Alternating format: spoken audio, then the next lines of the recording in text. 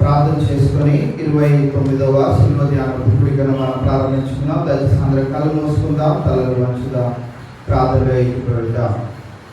మమ్మల్ని అతిమికిదిగా ప్రేమించిన మా యేసురాజా, మీ ఘనమైన శ్రేష్టమైన ఉన్నతమైన నామమునకి వందనాలు స్తోత్రం దేవా.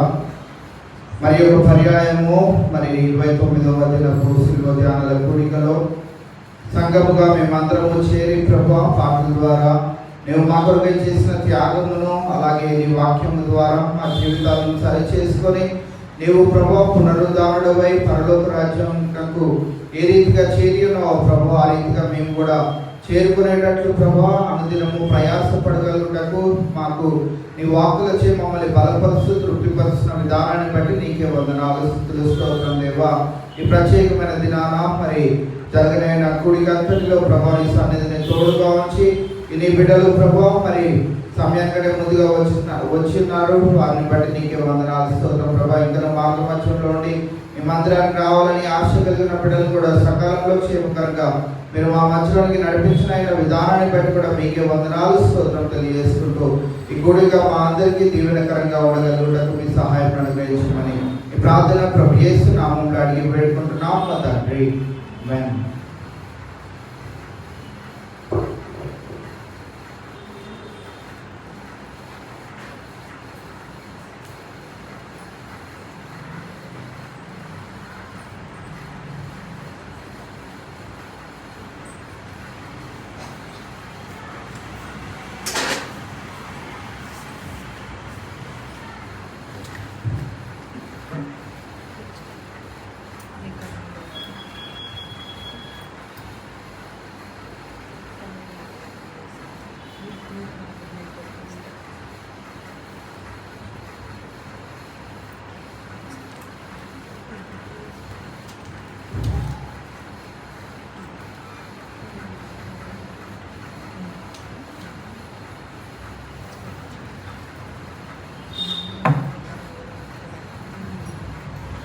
ఇమ్మానుయేలు అనే పాట పాడుకుందామండి.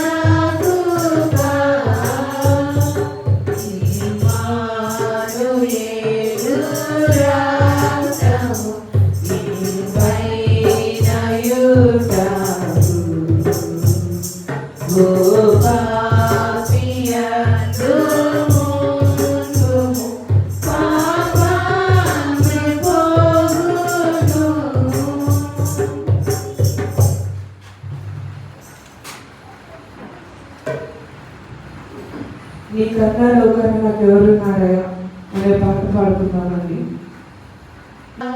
నీ కన్నా లోకాన నాకెవరున్నారయ్యా, నాకున్న తోడు నీడ నీవే యేసయ్యా. నీలా ప్రేమించేవారు ఎవరున్నారయ్యా, నీలా ప్రేమించేవారు ఎవరున్నారయ్యా. ప్రాణం పెట్టిన దేవుడవు నీవే యేసయ్యా, ప్రాణం పెట్టిన దేవుడవు నీవే యేసయ్యా. నీ కన్నా లోకాన నాకెవరున్నారయ్యా, నాకున్న తోడు నీడ నీవే యేసయ్యా. నీలా బోధించేవారు ఎవరున్నారయ్యా, నీలా బోధించేవారు ఎవరున్నారయ్యా. జీవమున్న దేవుడవు నీవే యేసయ్యా, జీవమున్న దేవుడవు నీవే యేసయ్యా. నీ కన్నా లోకాన నాకెవరున్నారయ్యా, నాకున్న తోడు నీడ నీవే యేసయ్యా. నీలా రక్షించేవారు ఎవరున్నారయ్యా, నీలా రక్షించేవారు ఎవరున్నారయ్యా. వ్యర్థం కాచిన దేవుడవు నీవే యేసయ్యా, వ్యర్థం కాచిన దేవుడవు నీవే యేసయ్యా. నీ కన్నా లోకాన నాకెవరున్నారయ్యా, నాకున్న తోడు నీడ నీవే యేసయ్యా. నీలా పోషించేవారు ఎవరున్నారయ్యా, నీలా పోషించేవారు ఎవరున్నారయ్యా. అన్నీ తెలిసిన దేవుడవు నీవే యేసయ్యా, అన్నీ తెలిసిన దేవుడవు నీవే యేసయ్యా. నీ కన్నా లోకాన నాకెవరున్నారయ్యా, నాకున్న తోడు నీడ నీవే యేసయ్యా.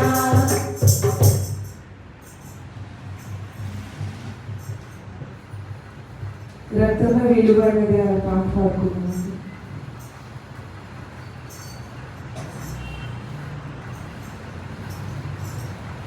రక్తమే విలువైనది, యేసుని రక్తమే విలువైనది, రక్తమే విలువైనది, యేసుని రక్తమే విలువైనది.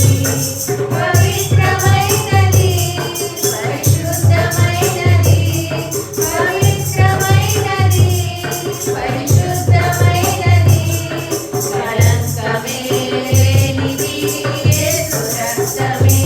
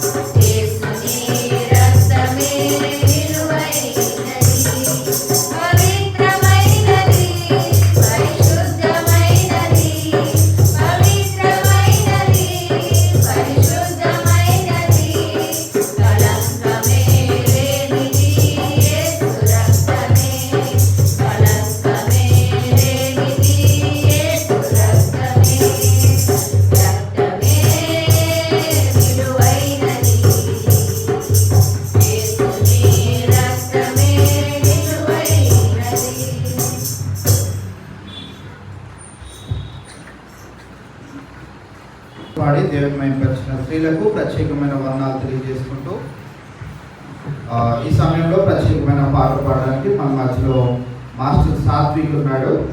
బిడ్డ ముందుకు వచ్చి ప్రత్యేకమైన పాట పాడాలని ఆశ కలిగి ఉన్నాడు కనుక మరి బిడ్డకు అవకాశాన్ని అందజేస్తున్నాను.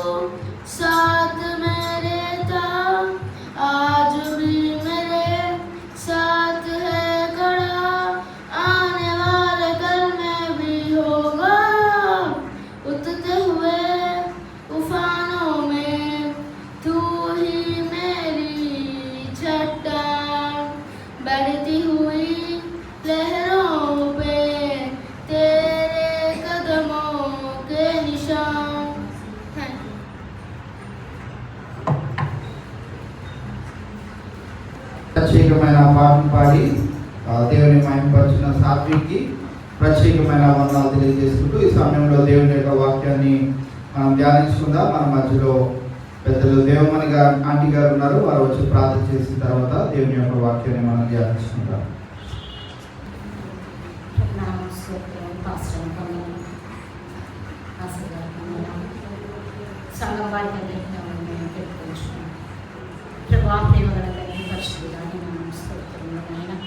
గడిచిన దినమంతా కాచి మమ్మల్ని ప్రభావం కట్టి చేతుల సమయం ప్రభా ఈరోజు ప్రభాని శ్రమ కాలం 29వ రోజున ప్రభా స్మరించుకునే సమయం అనుగ్రహించినందుకు నీకు వందనాలు చెల్లించుకొచ్చున్నాం తండ్రి. నీకు వందనాలు ప్రభా ఇచ్చిన బిడ్డలను ఆశీర్వదించుకొని హృదయ రాష్ట్రంలో నెరిగిన ప్రభా ఈ శ్రమను ధ్యానించుకొచ్చుండగా మీరు మాకు తోడై ఉండమని ప్రార్థించున్నాం నాయన. ఈరోజు రాలేకపోయిన బిడ్డలను తండ్రి మరొక దినము నడిపించగలరని మిమ్మల్ని అడుగుచున్నాం నాయన. నీకు స్తుతులు స్తోత్రాలు ప్రభా. నీ సేవకుడు ప్రభా నీ వాక్యం చెప్పబోచున్నావు ప్రభా. మీరు తోడు నీడైంది నోటి ద్వారా నీ వాక్యను పలికించు ప్రభా. మా హృదయంలో భద్రపరచుకొని తండ్రి అది ధ్యానించే విధానం మాకు నేర్పించమని మిమ్మల్ని కొనియాడుచున్నాం నాయన. చిన్న బిడ్డలను ఆశీర్వదించిన ఆయన ప్రభా. నీకు స్తుతులు స్తోత్రాలు ప్రభా. ఈ సమయం ఇచ్చినందుకు నీ కోట్లాది వందనాలు చెల్లించుకొని ప్రభా. ఇచ్చిన ప్రార్థనలో తప్పుడున్న దయతో క్షమించగలని త్వరలో రానున్న జరేడని స్నామం నడి నేను పెట్టుకొచ్చున్నాను నా తండ్రి.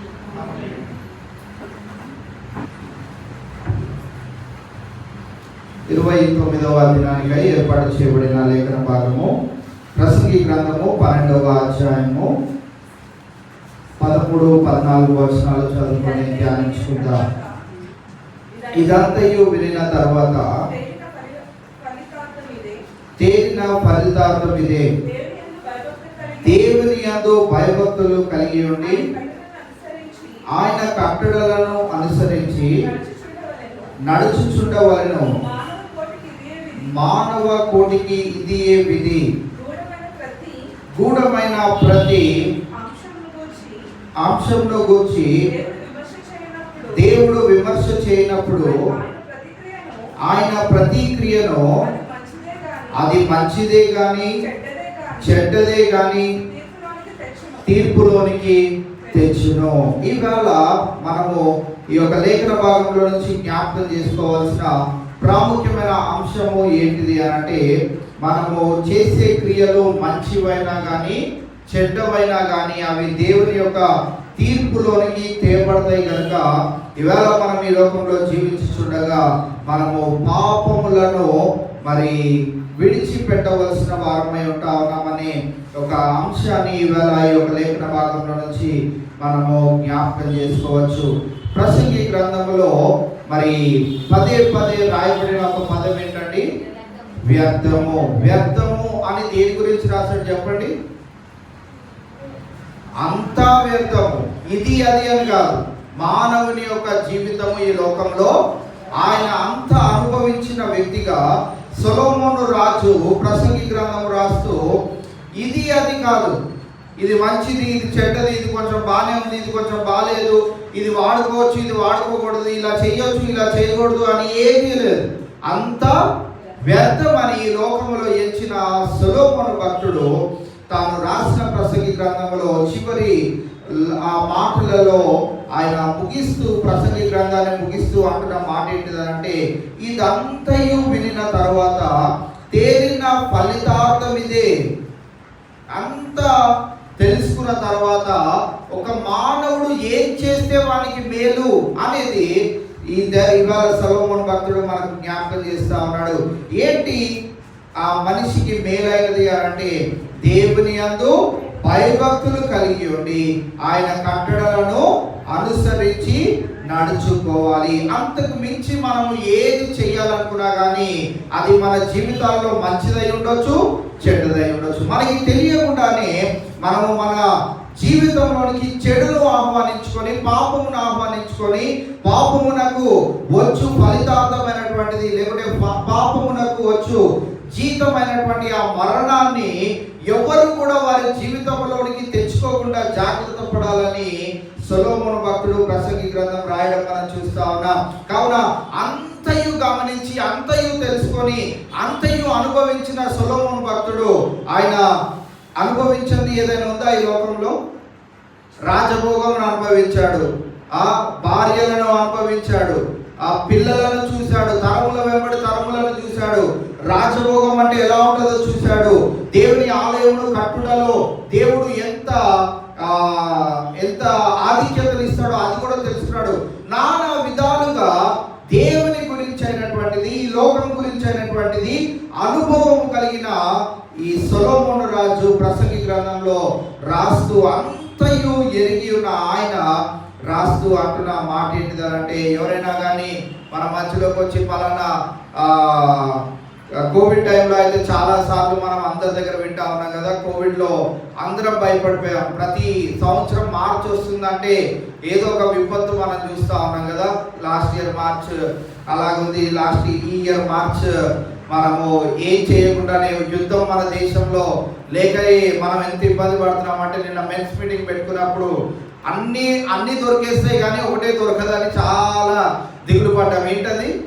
గ్యాస్. 3 రోజులకు వంటలు వండాలంటే కట్టెల పొయ్యి మీద వండడానికి కూడా రెడీ అయిపోయారు, కానీ కట్టెల పొయ్యి పైన వండాలి అంటే అంత ఈజీ అయినటువంటి పని కాదు కనుక గ్యాస్ సిలిండర్ మనకి చాలా ఇబ్బందికరంగా ఉన్నట్టు మనం గమనించాం. కావున ఇవాళ సొలొమోను భక్తుడు కూడా అంతయు అనుభవించి, అంతయు తెలుసుకొని, అంతయు నిదానించి చూచి ఆయన చివరిగా మరి తేల్చుకున్న ఫలితార్థం ఏంటిది అంటే, ఒక మానవుడు తన జీవితంలో చేయవలసిన అతి ప్రాముఖ్యమైన విషయం ఏంటిది అంటే, మొట్టమొదటిది దేవుని యందు భయభక్తులు కలిగి ఉండాలి. రెండవది ఆయన కట్టడలను అనుసరించి నడుచుకునేవాడిగా ఉండాలి. మానవ కోటికి ఇదియే విధి.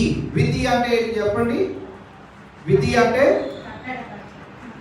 కట్టడ, లేకుంటే ఇది కాకుండా ఇంకొకటి చేయకూడదు, ఇదే, ఇంకా దీనికి మించింది ఏది లేదు, లేకుంటే ఇదే దేవుడు చెప్పిన మాట, ఇదే తథ్యము అని అంటారు కదా. ఇక దీన్ని కొట్టివేయడానికి కానీ దీన్ని కలపడానికి ఏమీ లేదు అని చెప్పబడినట్లు ఇక్కడ మనం గమనించగలిగినట్లయితే, దేవుని యందు భయభక్తులు కలిగి ఆయన కట్టడలను అనుసరించి నడుచుకోవడమే మానవాని యొక్క జీవితంలో విధిగా మనం గమనించగలుగుతా ఉన్నాం. ఒక చిన్న స్టోరీని మీకు తెలియజేస్తాను. ఒక డాక్టర్ గారు ఆయన చదువుల్లో అంత డాక్టర్ విద్య చేయాలని ఆశపడినప్పటికీ ఆయన డాక్టర్ విద్యకు అర్హత కలిగిన మార్క్స్ ఆయన తెచ్చుకోలేక ఆయన ఏం చేశారంటే మామూలుగా మార్క్స్ని మార్చి రాసి సర్టిఫికేట్స్ తయారు చేసుకుంటారు. సో వాళ్ళకి కాని మార్క్స్ తయారు చేసుకుంటూ అలాగే ఆయన మార్క్స్ సంపాదించి సర్టిఫికేట్ సంపాదించి అది తప్పుడు వేలో సంపాదించి ఆయన ఉద్యోగాన్ని 44 సంవత్సరాలుగా మంచి ఉద్యోగంలో స్థిరపడి మంచి డాక్టర్గా పేరు పొంది అన్నీ చేస్తున్నాడు. అంతా బాగానే ఉంది. 44 సంవత్సరాల తర్వాత ఎలా కనుక్కున్నారో తెలియదు కానీ పోలీసు వాళ్ళు ఆయన పట్టుకున్నారు. ఆయన సర్టిఫికేట్స్ అన్నీ చూస్తూ వస్తే ఎక్కడ కూడా ఆయన న్యాయం అనేది జరిగించకుండా పాపములో పడిపోయిన వ్యక్తిగా 44 సంవత్సరాలు మంచిగా తన ఉద్యోగాన్ని చేసుకుంటూ తాను ఎంత సంపాదించినా కానీ చివరికి ఆయన ఒకానొక సమయంలో దొరికిపోయినప్పుడు ఆయన జీవితం అక్కడితో ముగించబడ్డది. ఆయన జైలు పాలైపోయి ఇంకా చివరి అంటే మరణం వరకు ఆయన ఇంకా జైల్లోనే గడపవలసిన తీర్పును ఆ జడ్జి గారు తీర్చినట్లు మనం గమనించవచ్చు. ఇవాళ మనం ఇక్కడ చూసినట్లయితే మన జీవితాల్లో కూడా అది చిన్నదైనా కానీ పెద్దదైనా కానీ దేవుని దృష్టిలో పాపం అంటే పాపమే. ఆ చిన్నదే కదా పోనీలే అని అన్నాడు దేవుడు. సో ఇవాళ ఆ వ్యక్తి అంత ఘోరమైనటువంటి పాపం చేసినప్పటికీ మొన్నటి దినాన ఉపవాస ప్రార్థన రోజు మనము ప్యారీ అబ్రహం గారు కూడా ఒక ఉదాహరణ చెప్పారు. ఏంటి అని అంటే ఒకడికి 34 మార్కులు వచ్చినాయంట, ఇంకొకడికి 2 మార్కులు వచ్చినాయంట. 34 మార్కులు వచ్చినాడు 2 మార్కులు వచ్చినాడు చూసి రే నీకంటే గ్రేట్ అనడానికి ఉందా? ఇద్దరు రిపోర్ట్ కార్డులో ఏమని ఉంటుంది? ఫెయిల్ అనే ఉంటుంది. వీడు అంతే, ఆ 2 మార్కులు వచ్చినాడు. కావున ఇవాళ మనము జ్ఞాపకం చేసుకోవాల్సిన ప్రాముఖ్యమైన విషయం ఏంటిదంటే మనం ఎలా పడితే అలా జీవించడానికి లేదు అని సొలొమోను భక్తుడు ఇవాళ మనకి తేల్చి చెప్తున్న మాటను మనం జ్ఞాపకం చేసుకుంటా ఉన్నాం. అదేంటిదంటే దేవుని యందు భయభక్తులు కలిగి ఉండాలి. రెండవది ఆయన కట్టడలను కష్టమైనా కానీ వాటిని అనుసరించాలి. యేసుక్రీస్తు ప్రభువారు కూడా తండ్రి అయిన దేవుడు పెట్టిన ప్రతి ఒక్క కట్టడ చాలా కష్టంగా ఉన్నది. ఎందుకు ఈ మానవాళి గురించి నేను వచ్చి సిలువలో త్యాగమైన ప్రాణం పెట్టాలి అని ఎన్నిసార్లు అనుకున్నాడో మనకు తెలియదు. ఇలాంటి వారి గురించి నేను ఇంతగా మరి గెత్సెమనే తోటలోకి వెళ్ళి ప్రార్థన చేయాలని తన శిష్యులు బయటకు వచ్చి చూసినప్పుడు వాళ్ళేమో నిద్రపోతా ఉన్నారు. ఆయనేమో లోపలికి వెళ్ళి బోరున ఏడుస్తా ఉన్నాడు. ఎవరి గురించి ఆయన ఏడుస్తున్నాడు? మనందరి గురించి, ఆ శిష్యుల గురించి, మనుషుల అందరి గురించి ఆయన ఏడుస్తుంటే వీరేమో బయట నిద్రపోతా ఉన్నారు. కావున ఈవేళ యేసుక్రీస్తు ప్రభువారు కూడా ఎన్నిసార్లు అనుకున్నారో మనకు తెలియదు కానీ ఈవేళ మనం జ్ఞాపకం చేసుకోవాల్సిన ప్రాముఖ్యమైన మాట ఏంటిదంటే ఆయన కట్టడలను మనము అనుసరించే వారిగా ఉండాలి. అది ప్రతి మానవ కోటికి ఇదియే విధి. ద్వితీయోపదేశకాండము 4వ అధ్యాయము 2వ వచనాన్ని ఒకసారి మనం చదివితే, ద్వితీయోపదేశకాండము 4వ అధ్యాయం 2వ వచనం, మీ దేవుడైన యెహోవా ఇచ్చిన ఆజ్ఞలను మీకు ఆజ్ఞాపించుచున్నాను, వాటిని గైకొనుటయందు నేను మీకు ఆజ్ఞాపించిన మాటతో దేనిని కలుపకూడదు, దానిలో నుండి దేనిని కూడా తీసివేయకూడదు. ఇది నాకు నచ్చలేదు దేవా, నేను చెయ్యను, నాకు ఇది బలహీనత, నాకు దొంగతనం అంటే బలహీనత, మిగతా 9 నేను చేయగలుగుతాను కానీ దొంగతనం ఒకటి నేను చేయలేను అని అంటే ఇక్కడ రాయబడుతున్న మాట ఏంటిది అని అంటే వాటిని గైకొనుటయందు నేను మీకు ఆజ్ఞాపించిన మాటతో దేనిని కూడా ఏం చేయకూడదంట, కలపకూడదు. లేకుంటే 10 ఇచ్చావు కదా, ఇంకో 11 కూడా నేను యాడ్ చేసుకొని అది కూడా చేస్తాను అని అంటే. అందుకే చాలాసార్లు ఎడ్వర్డ్ విలియమ్స్ గారు భక్తి చేయగాని అతి చేయకు అని చాలాసార్లు చెప్తా ఉంటారు. ఓవర్ యాక్షన్ భక్తి కొంతమంది చేస్తూ ఉంటారని చాలాసార్లు ఆయన ప్రసంగాలు చెప్తా ఉంటాడు. ఓవర్ యాక్షన్ భక్తి దేవునికి అవసరం లేదు. 10 ఇచ్చాడు, 10 ఆజ్ఞలు ఇచ్చాడు, 10 ఆజ్ఞలు జాగ్రత్తగా పాటించు. 11వ ఏదో నువ్వు వెతుక్కొని వచ్చి అయ్యా నేను ఇది కూడా ఇంక్లూడ్ చేసుకుని ఇది కూడా చేస్తాను, వద్దు. దేవుడు చెప్పిన మాటలో ఏది కూడా మనం ఏం చేయకూడదంట, ఒకటి తీసివేయకూడదు, ఒకటి కలపకూడదు. ఇచ్చినది ఇచ్చినట్లుగా మనము చేసేవారిగా ఉండాలి. అదే ఆయన కట్టడలను అనుసరించడం అంటే. అదే కాదు 10వ అధ్యాయం, ఇదే ద్వితీయోపదేశకాండం 10వ అధ్యాయము 12వ వచనాన్ని కూడా మనం జ్ఞాపకం చేసుకుంటే, కాబట్టి ఇశ్రాయేలు నీ దేవుడైన యెహోవాకు భయపడి ఆయన మార్గములన్నిటిలో నడుచుచు ఆయనను ప్రేమించి నీ దేవుడైన యెహోవాను నీ పూర్ణ మనసుతోనూ నీ పూర్ణ ఆత్మతోనూ సేవించే వారిగా మనం ఉండాలి. నీ దేవుడైన యెహోవాకు మనమందరం ఏమవ్వాలంట? భయపడాలి. ఆయన మార్గములన్నిటిలో మనము నడిచే వారిగా ఉండాలి. ఆయన అడుగుల్లోనే మన అడుగులు ఉంటున్నాయో లేదో చూసుకొని మనం అనుదినము మనల్ని మనము పరీక్ష చేసుకోవాల్సిన వారమై ఉంటాం. అందుకే ప్రసంగి గ్రంథంలో సొలొమోను భక్తుడు ఏమనంటున్నాడు అంటే, మానవ కోటికి ఏం చేస్తే మరి వారికి మేలు అని అంటే, ఒకటి దేవుని యందు భయభక్తులు కలిగి ఉండాలి, రెండవది ఆయన కట్టడలను అనుసరించాలి. మీకా గ్రంథంలోని కూడా మనం వెళ్ళగలిగినట్లయితే మీకా గ్రంథము 6వ అధ్యాయం 8వ వచనాన్ని ఒకసారి చదువుదాం. మనుషుడా ఏది ఉత్తమమో అది నీకు తెలియజేయబడి ఉన్నది. న్యాయముగా నడుచుకొనుటయు కనికరమును ప్రేమించుటయు దీన మనసు కలిగి నీ దేవుని ఎదుట ప్రవర్తించుటయు ఇంతే కదా యెహోవా నిన్ను అడుగుచున్నది. ఏమని అడుగుతున్నాడా ఎక్కువగా దేవుడు? మీకున్న అంతా నాకు ఇచ్చేసి మీరు గుడిసెలో ఉండండి అని దేవుడు ఎప్పుడైనా అన్నాడా? ఏమి అనట్లేదు. కానీ నేడు పాస్టర్లు చాలా మంది మీకున్న సమస్తం ఇచ్చేయండి, మీరు మళ్ళీ రెండింతల ఆశీర్వాదం పొందుకుంటారని మరి చెడ్డ మాటలు ఎలాగో పలుకుతున్న వేళ మీకా ప్రవక్త తెలియజేస్తున్నాడు 8వ వచనంలో, మనుషుడా ఏది ఉత్తమమో అది నీకు తెలియజేయబడుచున్నది.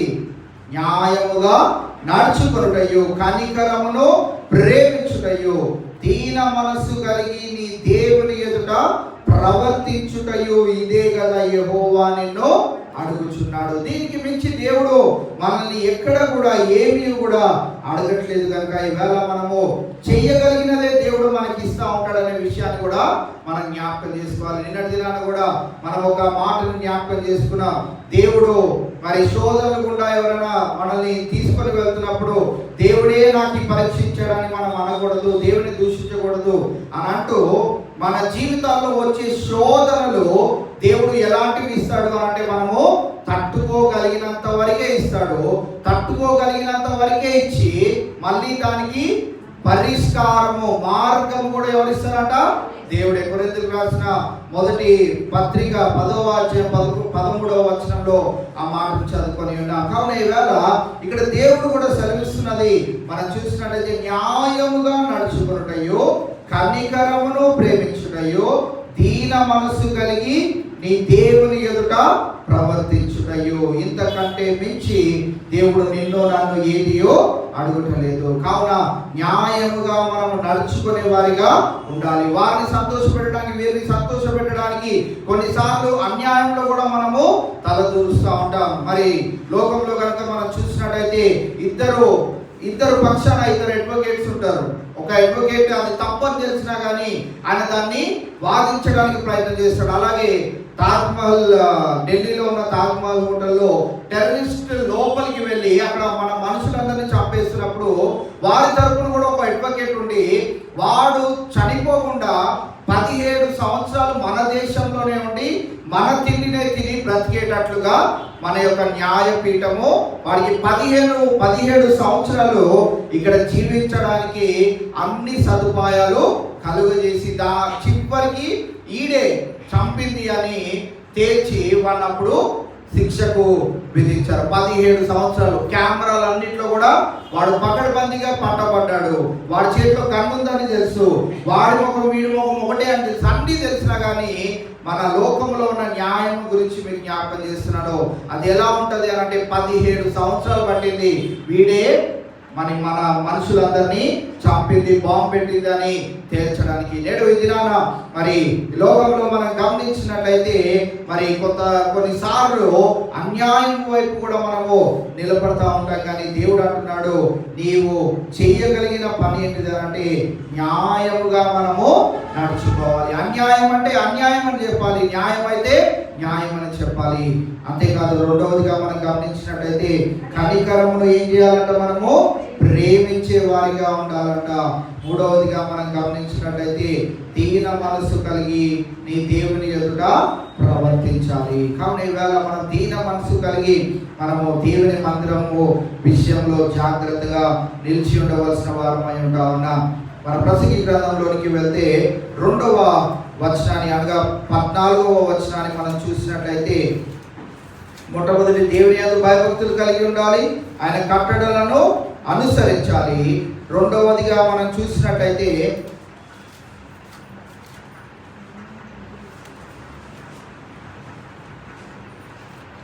ప్రసంగి గ్రంథం 12వ అధ్యాయం 14వ వచనం. గూఢమైన ప్రతి అంశమును గురించి దేవుడు విమర్శ చేయనప్పుడు ఆయన ప్రతి క్రియను అది మంచిదే గాని చెడ్డదే గాని తీర్పులోనికి తెచ్చును. మంచిదైనా గాని చెడ్డదైనా కానీ దేనినైనా కానీ దేవుడు తీర్పు తీర్చి, మనం కూడా చాలాసార్లు జ్ఞాపకం చేసుకుంటాం కదా, 1000 ఏళ్ల పరిపాలన తర్వాత దేవుడు మరి పరలోకమును అలాగే నరకాన్ని రెండింటినే ఉంచుతాడంట.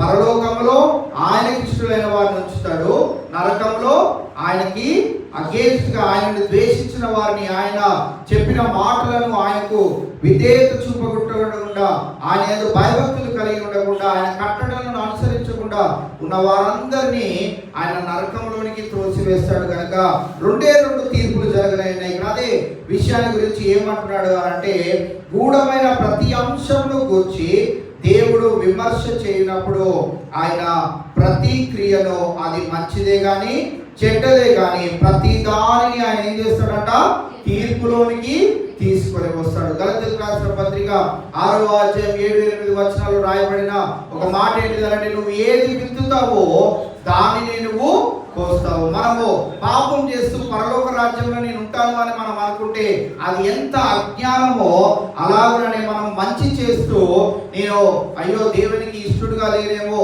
అని అనుకోవడం కూడా అంతే. అది ఎలాగో ఇది కూడా అలాంటిదే. కావున ఈవేళ మనము మంచి చేసినప్పుడు దేవుడు మనకి మంచి ప్రతిఫలం ఇస్తాడు. మనం చెడు చేసినప్పుడు మంచి నాకు దేవుడు చెయ్యాలి అని మనం ఆశపడకూడదు. అందుకే గలతీయులకు రాసిన పత్రిక 6:7-8లో ఆ మాటలను తెలియజేస్తాడు. నువ్వు ఏది విత్తుతున్నావో దానినే నీవు కోస్తావు. ఏది విత్తకుండా లేకుంటే నువ్వు ఒకటి విత్తి ఇంకొక దాన్ని నువ్వు కొయ్యవు. మామిడి చెట్టు నేసి ఆపిల్ పండ్లు రావాలి దేవా అని ప్రార్థన చేయడం ఎంత అజ్ఞానమో, చెడ్డ కార్యములలో చేస్తూ చెడ్డగా జీవిస్తూ నేను పరలోకానికి చేరాలి దేవా అని ప్రార్థన చేయడం కూడా అంతే వ్యర్థమైనది. కావున ఈవేళ దేవుడు మనకి ప్రతి క్రియను అది మంచిదే గాని చెడ్డదే కానీ దానిని మన జీవితాలలో తీర్పులోనికి తీసుకొని వస్తాడనే విషయాన్ని మనము ఎల్లవేళలా జ్ఞాపకం చేసుకోవాల్సిన వారమై ఉంటా ఉన్నాం. మత్తయి సువార్త 10వ అధ్యాయము 26వ వచనంలో యేసుక్రీస్తు ప్రభువారు ఇలాగ అంటున్నాడు. ఆ మాటను మనం చూస్తే, కాబట్టి మీరు వారికి భయపడకుడి, మరుగైనది ఏదియో బయలుపరచబడకపోదు, రహస్యమైనది ఏదియో తెలియబడకపోదు. మరుగైనది ఏదియో బయలుపరచబడకపోదు, అంతేకాదు రహస్యమైనది ఏదియో తెలియబడకపోదు. ఏదో ఒక దినాన రహస్యంగా ఉంచినది కూడా ఎవరికి తెలియాలో వారికి ఖచ్చితంగా తెలుస్తుంది. అందుకే దావీదు భక్తుడు 139వ కీర్తనలో ఆయన అంటాడు, నేను అగాధంలో ఉన్నాను, దాని కింద ఉన్నాను, ఎక్కడ ఉన్నాను, చీకటిలో ఉన్నాను, ఎక్కడ ఉన్నాను అక్కడ నీవు నన్ను చూచుచున్నావు అని ఆయన సెలవిస్తూ ఉంటాడు. కాబట్టి ఈవేళ మన దేవుడు రహస్యమందు మనం చేస్తున్న ప్రతి దానిని కూడా ఆయన చూడనై ఉన్నాడు అనే విషయాన్ని మనం జ్ఞాపకం చేసుకోవాలి. మరుగైనది ఏదియో బయలుపరచబడకపోదు, రహస్యమైనది ఏదియో తెలియబడకపోదు. కావున మనము అజాగ్రత్తతో కాకుండా జాగ్రత్తగా దేవుని యందు మనం భయభక్తులు కలిగి జీవించవలసిన వారమై ఉంటా ఉన్నాం. కొరింథీయులకు రాసిన మొదటి పత్రిక 4వ అధ్యాయం 5వ వచనాన్ని కూడా మనం చూసినట్లయితే, కాబట్టి సమయము రాకమునకు అనగా ప్రభువు వచ్చే వరకు దేనిని గూర్చి తీర్పు తీర్చకుడి, ఆయన అంధకారమందలి రహస్యములను వెలుగులోనికి తెచ్చి హృదయంలోని ఆలోచనలను బయలుపరచినప్పుడు ప్రతివానికి తగిన మెప్పు దేవుని వలన కలుగును. మనం ఈ లోకంలో జీవించుచున్న వేళ మనం చేయకూడని ఒక పనిని గురించి ఇక్కడ రాయబడతా ఉన్నది. ఏంటిది ఆ పని అంటే, దేనిని గురించి తీర్పు తీర్చకుడి, ఆయన అంధకారం అందరి రహస్యములను వెలుగులోనికి తెచ్చి హృదయములలోని ఆలోచనలను బయలుపరచినప్పుడు ప్రతివానికి తగిన మెప్పు ఎవరి వలన కలుగుతుందంట? దేవుని వలన కలుగుతుంది. ఇవాళ మనకి ఈ లోకంలో అన్యాయం అనేది అనేక పర్యాలు మన జీవితంలో రావచ్చు. కొందరు హృదయములలో మన గురించి చెడ్డగా ఆలోచన చేయొచ్చు. ఏదైనా కానీ ఈవేళ మనం దేనికి కూడా తీర్పు తీర్చకుండా మనం మౌనంగా ఉండగలిగినప్పుడు ఆయన అంటున్నాడు, ఆయన అంధకారం అందరి రహస్యములను వెలుగులోనికి తెచ్చి హృదయములలోని ఆలోచనలను బయలుపరచినప్పుడు ప్రతివానికి తగిన మెప్పు దేవుని వలన కలుగును. కావున ఈవేళ మనం జ్ఞాపకం చేసుకోవాల్సిన ప్రాముఖ్యమైన విషయం ఏంటిది అంటే, మనం ఈ లోకంలో జీవించు కాలమంతయు మన శ్వాస ఎప్పుడు దేవుడు ఆపివేస్తాడో మనకు తెలియదు కనుక ఆ సమయం వరకు మనం చేయవలసిన 2 ప్రాముఖ్యమైన విషయాలు ఏంటివి అంటే, దేవుని యందు భయభక్తులు కలిగి ఉండాలి, ఆయన కట్టడలను మనము అనుసరించాలి. ఇదే మానవాళికి విధి అని. ఇది తప్పితే వేరేది ఏదియో చేయకూడదు. ఇది దేవుని దృష్టికి కూడా ఎలాంటిది అంటే మంచిదైనది కనుక మనము ఆ రీతిగా మరి దేవునికి ఇష్టమైనది మనం చేసేవారిగా ఉంటూ దేవునికి అయిష్టమైన ప్రతిదీ మనము విడిచిపెట్టగలిగినట్లయితే దేవుడు మనకి అత్యధికమైన మేలతో తృప్తిపరచడం. అంతేకాదు తీర్పులోనికి మనం వచ్చినప్పుడు న్యాయమైనటువంటి తీర్పును మనము పొందుకోగలుగుతాం. కావున ఈవేళ దేవుడు మనకి తెలియజేయాలనుకున్న మాట ఏంటిది అంటే, ఆయన ఎంతో భయభక్తులు కలిగి ఉండాలి, ఆయన కట్టడలను మనము అనుసరించాలి. కష్టమైన, అది నష్టమైన, బాధ అయినా, వేదన తెచ్చిన ఆయన కట్టడలు చాలా కష్టంగా ఉన్నాయి అనుకున్నా మనం ఏం చేయాలంట? మీరు కష్టం అనుకుంటున్న ప్రతిదానిని మోసుకొని నా యొద్దకు రండి, నేను మీకు నేర్పిస్తాను. మీరు ఎలాగా అవి మొయ్యాలని నేర్పిస్తాను. మీ కాడిని మీరు ఎత్తుకొని నా దగ్గరికి రండి, మీ సిలువను మోసుకొని మీరు నా యొద్దకి రండి, నేను మీకు నేర్పిస్తాను అని దేవుడు సెలవిస్తా ఉన్నాడు. ఆయన యొద్దకు రావడం అని అంటే ఆయనకు ప్రార్థన చేయడము. ప్రార్థన చేసినప్పుడు మనం ఇంట్లోతో మాట్లాడినట్టు మాట్లాడతామా? దేవుడితో మాట్లాడినట్టు మాట్లాడతాం. మన పదాలు కూడా ఉచ్చరింప సత్యము కానీ మూలుగులు మన నోటిలో నుండి వెలుపలికి వస్తాయి. పరిశుద్ధ దేవ, ఆది సంభూతుడా అనే ఈ పదాలు మనము ఇంట్లో వాడుక భాషలో మాట్లాడడం కదా. ప్రేమామయుడా, ఏ రోజైనా మీ భర్తలను మీరు ప్రేమామయుడా అన్నారా? ఎప్పుడు కూడా ఎందుకనంటే అది దేవునికే చెందింది. ఆయన ప్రేమించేటట్టు ఈ లోకంలో ఎవ్వరు కూడా మనల్ని ప్రేమించలేరు. కావున ఆయనకు అలాంటి పదాలతో ఆయనతో మాట్లాడుతున్న వేళ ఆయన అంతగా సంతోషించి మనకి మేలు చేసే దేవుడుగా ఉంటా ఉన్నాడు. కనుక ఈవేళ మరి అన్నీ అనుభవించి ఆ జీవితంలో చూడకూడనిది, చేయకూడనివి, చేయవలసినవి, చేయకూడనివి అన్నీ చేసి తన అనుభవాల నుంచి ప్రసంగ గ్రంథాన్ని రాసి సొలొమోను భక్తుడు ఈవేళ మనకి చెప్తున్న మాట ఏంటిదంటే, ప్రతి మానవుడా మీరు గుర్తుంచుకోవాల్సింది ఒకటే, దేవుని యందు భయభక్తులు కలిగి ఉండాలి, ఆయన కట్టడలను మనము అనుసరించాలి. అంతకు మించి మనం ఈ లోకంలో ఏది చేద్దాం అనుకున్నా అది మంచిదవ్వచ్చు, చెడ్డదవ్వచ్చు. ఒకరి పక్షాన మనం నిలబడి వారికి న్యాయమైన తీర్పునే తీరుస్తున్నామని మనం అనుకొని ఆ పనులు చేసినా కానీ అది చెడ్డదై ఉండొచ్చు, మంచిదై ఉండొచ్చు. ఏది ఎలా జరుగుతుందో మన జీవితాల్లో తెలియదు కనుక ఈవేళ దేవుడు మనకి సెలవిస్తున్న మాట ఏంటిది అంటే, మరి మంచిని చేసేవారిగా ఉందా. మంచి ఏంటి అని అంటే దేవుని యందు భయభక్తులు కలిగి ఆయన కట్టడలను అనుసరించుతాయి. కావున అటు రీతిగా మనమందరము ఆయన చెప్పిన మాటలను, సొలొమోను భక్తుడు తన అనుభవాల్లో నుంచి చెప్పిన మాటలను మనం నెమరు వేసుకుంటూ ఆ క్రియలను మనం జరిగిద్దాం. దేవుని యొక్క మేలు పొందుకుందాం. తీర్పులోనికి వచ్చినప్పుడు మనం దేని విత్తామో దాన్నే మనం కోస్తాం కనుక దాని విషయమై కూడా మనం జాగ్రత్త వహించి మన జీవితాలను మనం కట్టుకునే ప్రయత్నం చేద్దాం. దేవుడి కొద్ది మాటలు మనందరి విడికిలో భద్రపరచును గాక. చివరి ప్రార్థన చేసుకుందాం. ప్రతిసారము కళ్ళు మూసుకుందాం, తలలు వంచుదాం, చివరి ప్రార్థన చేసుకుందాం. ప్రేయర్ రిక్వెస్ట్ గమనించండి. సిబిఎస్ఈ ఎగ్జామ్స్ రాసిన పిల్లలు ఆరోన్ పాల్ అలాగే జస్వంత్ కి దేవుడు మంచి రిజల్ట్ అనుగ్రహించులాగా. ఎస్ఎస్సి ఎగ్జామ్స్ రాసిన బిడ్డలు హానోక్, ఉదయ్ అలాగే శశాంక్ వారికి కూడా రాసిన ఎగ్జామ్స్ లో రాయబోచిన ఎగ్జామ్స్ లో మంచి ఉత్తీర్ణత దయచేలాగా వారి కొరకు ప్రార్థన చేద్దాం.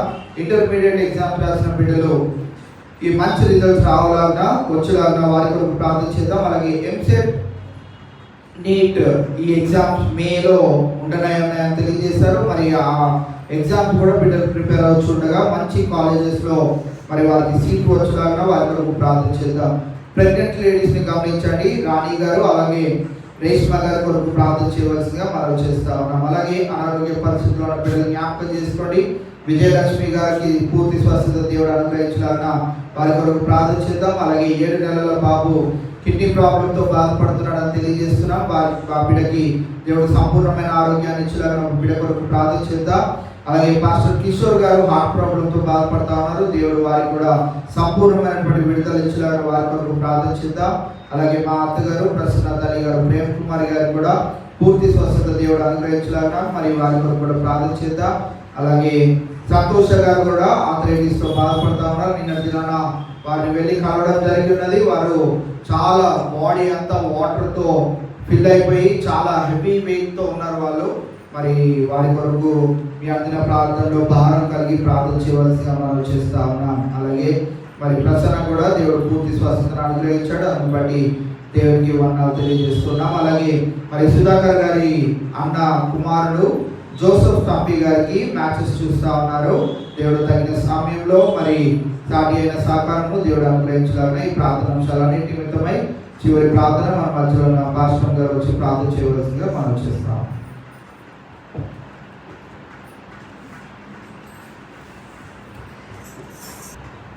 ప్రార్థన. మహోన్నతుడా, మహాపరిశుద్ధుడా, నీ పరిశుద్ధ నామానికి వందనాలు, స్తోత్రాలు, స్తుతి చెల్లిస్తున్నాను తండ్రి. 29వ తారీఖున కూడా దినాన్ని మాకు అనుగ్రహించి శ్రమల దినాల్లో మీరు మాతో మాట్లాడి చాలా సంగతుల ద్వారా మమ్మల్ని రూపాంతరం చెందుటకు నీవే కృపను అనుగ్రహిస్తున్న తండ్రి, నీ వందనాలు. ఈవేళ పాటలు పాడిన బిడ్డలను దీవించండి, ఆశీర్వదించండి. పాట ద్వారా మహిమ పొందో వందనాలు చెల్లిస్తున్నాను. అలాగే నేను వాక్యం ఎత్తిన నీ బిడ్డను కూడా జ్ఞాపకం చేసుకొని నేను ఆశీర్వదించడం ప్రార్థన చేస్తున్నాను. ఈ దినం నేను సొలొమోను రాసిన ప్రసంగి గ్రంథం ద్వారా మాతో మాట్లాడిన తండ్రి నీకు వందనాలు. నేను ఎందుకు దేవుని ఎందుకు భయభక్తులు కలిగి నేను కట్టడాలను అనుసరించి నడుచుకోవాలని నీ వాక్యం సెలవిస్తుంది నాయన. మా క్రియలు అది చెడ్డవైనా సరే మంచివైనా సరే ప్రతి క్రియ నీ తీర్పులోనికి వచ్చినని సెలవిచ్చిన తండ్రి నీకు వందనాలు. ఆ తీర్పు దినం కోసం మేము భయభక్తులతో జీవించుటకు నీ కృపను దయచేయండి. మేమేం చేస్తున్నా సరే, ఏం మాట్లాడుతున్నా సరే నాయన సరైన రీతిగా మాట్లాడటకు నీవే జ్ఞానం దయచేయమని ప్రారంభం చేస్తున్నాం నాయన. ఏమి ఇస్తామో అదే కోసం కనుక ప్రభు మా సమస్త ప్రవర్తనను నీకు అర్పించుకుంటకు సహాయం చేయండి. అటు రీతిగా మమ్మల్ని జ్ఞానవంతులుగా చేయమని ప్రార్థన చేస్తున్నాం నాయన. ప్రభు ఈ దినం నాయన ప్రార్థన అంశాలను బట్టి నీ సన్నిధికి వస్తున్నాను నాయన. ఈ సిబిఎస్ఈ ఎగ్జామ్స్ రాసిన ఆరోన్ పాల్ జస్వంత్ నిమిత్తం ప్రార్థన చేస్తున్నాం. వారు మంచి మార్కులతో పాస్ అవ్వడం నీకు దయచేయండి. అలాగే ఎస్ఎస్సి ఎగ్జామ్స్ రాస్తున్న ప్రతి బిడ్డను ఉదయం శశాంక్ను హాలోను జ్ఞాపకం చేసుకుంటున్నాం నాయన. వారికి మంచి సిద్ధపాటును తెలివి జ్ఞానం జ్ఞాపశక్తిని దయచేయండి. ప్రశ్నలు తగిన జాబ్ రాసి వాళ్ళు సరైన మార్కులతో పాస్ అవ్వడానికి మీ కృపను అందించండి. అలాగే ఇంటర్ ఎగ్జామ్స్ రాసిన బిడ్డలను జ్ఞాపకం చేసుకుంటున్నాం. వారు కూడా మంచిగా పాస్ అవ్వడానికి నీ కృపను దయచేయండి. ఎంసెట్ కోసం నీట్ ఎగ్జామ్ కోసం ప్రిపేర్ అవుతున్న బిడ్డలను జ్ఞాపకం చేసుకుంటున్నాం. ఎల్కేజీ నుంచి పోస్ట్ గ్రాడ్యుయేషన్ వరకు బిడ్డలను అందరూ ఏ ఎగ్జామ్స్ రాస్తున్నారో వాళ్ళందరికీ ఆ ఎగ్జామ్స్లో విజయాన్ని అందించండి. ప్రభా నాయన ప్రార్థన అంశాలను గుర్తుపెట్టుకొని నాన్న ప్రభా విజయలక్ష్మి గారు కంటాబ్రేషన్ ప్రార్థన చేస్తున్నాను. సంపూర్ణ స్వస్థతను అందించండి. 7 నెలల బాబు విషయమే ప్రార్థన చేస్తున్నాం. సంపూర్ణ స్వస్థతను అనుభవించండి. ప్రసన్న నిమిత్తం ప్రార్థన చేస్తున్నాము. ఇచ్చిన ఆరోగ్యం ఇంత లెక్కలేని వందనాలు స్తోత్రాలు. మరి తల్లి ప్రేమ భార్య నిమిత్తం ప్రార్థన చేస్తున్నాను. సంపూర్ణ స్వస్థత విడుదల దయచేసి మంచి ఆరోగ్యం కలిగించి తను తిరిగి చక్కగా ఉద్యోగం చేయటకు పనులన్నీ చేసుకుంటూ నీవే శక్తిని బలాన్ని దయచేయమని ప్రార్థన చేస్తున్నాను. ప్రశాంత్ వాళ్ళ తల్లి నిమిత్తం ప్రార్థన చేస్తున్నాము. నాయన సంతోషి చాలా ఆరోగ్యంగా ఉందండి. నాయన స్మృతి స్వస్థపరిచి నీ సన్నిధికి రావడానికి నీ సాక్షి బిడ్డగా నిలబడడానికి సహాయం దయచేయండి. నాయన గర్భిణీ స్త్రీలు రేష్మా నిమిత్తం రాణి నిమిత్తం ప్రార్థన చేస్తున్నాం. నేను వారికి కలిగిన కాలంలో సుఖ ప్రసవాన్ని అందించుకొని ప్రార్థన చేస్తున్నాం. ఇంకెవరైనా ఎంతమైతే ప్రార్థించలేకపోతున్నామో నీవే జ్ఞాపకం చేసుకొని వారి ప్రార్థనలు కూడా తీర్చమని ప్రార్థన చేస్తున్నారు. ఇక్కడ సన్నిధికి వచ్చి ఎవరైతే ఏ హృదయ వాంఛలతో వేదనలతో బాధలతో ఉన్నారో వారి హృదయ వేదనలు కూడా తీసివేసి మంచి స్వస్థతను, ఆరోగ్యాన్ని, సంతోషాన్ని, సమృద్ధిని దయచేసి ఈ 29వ దినాన్ని కూడా మాకు ఆశీర్వాదకరంగా ఉంచి నడిపించమని నా ప్రభువును రక్షకుడైన యేసుక్రీస్తు పరిశుద్ధ నామములో వేడుకొంచున్నాను తండ్రి. ఇది దాస్ గారి కుటుంబం అనగా వర్షిత్ తల్లిదండ్రులు మన సంఘాన్ని ప్రేమించి మనకి పలహారం తీసుకొని వచ్చున్నారు. దేవుడు వారిని దీవించినారుగా వారి గురించి మీ అందరి ప్రార్థనలో ప్రార్థన చేయవలసిందిగా మనవి చేస్తూ ఇకుడికైతే ముగిసిన తెలియజేస్తాము. రేపటి దినాన తిరిగి 30వ దినపు కూడికలో మనం అందరము సాయంత్రం 7:30 గంటలకు కూడికలో పాల్పంచుకుంటాం. God bless you all.